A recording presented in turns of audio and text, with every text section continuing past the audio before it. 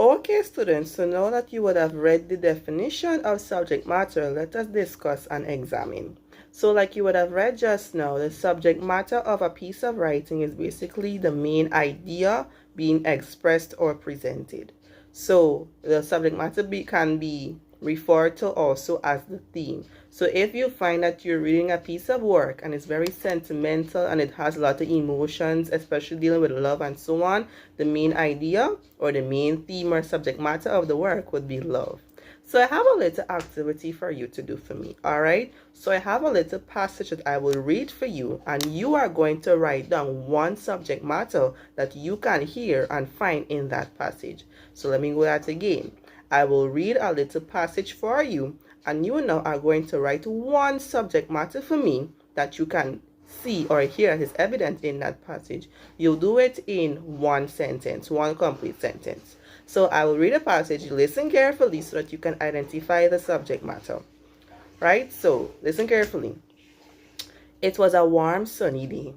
The butterflies fluttered by as Shaquana leaped in a pile of grass. Laughing and shrieking, she then ran inside and got some lemonade and brownies from her mother.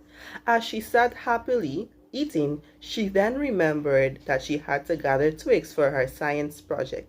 So after enjoying her quick snack, she went back outside and began to gather the twigs for her science project. She happily gathered her twigs and placed them in her basket and went back inside the house to complete her project. So listen to the passage and try to remember or try to guess the subject matter of this passage. I'll give you 2 minutes to do such. Thank you so much for your responses, students. And yes, you both were correct.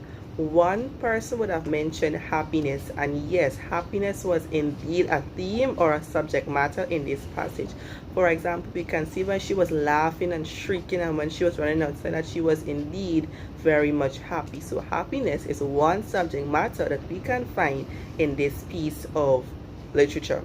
Additionally, one of your other colleagues would have mentioned childhood experiences, and indeed, it was speaking about childhood experiences because it was a recount or it was a story told about a little girl, right? So it did involve childhood experiences, and it involved her playing and running outside and her collecting twigs for her science project and so on. So it all reflected a childhood experience indeed.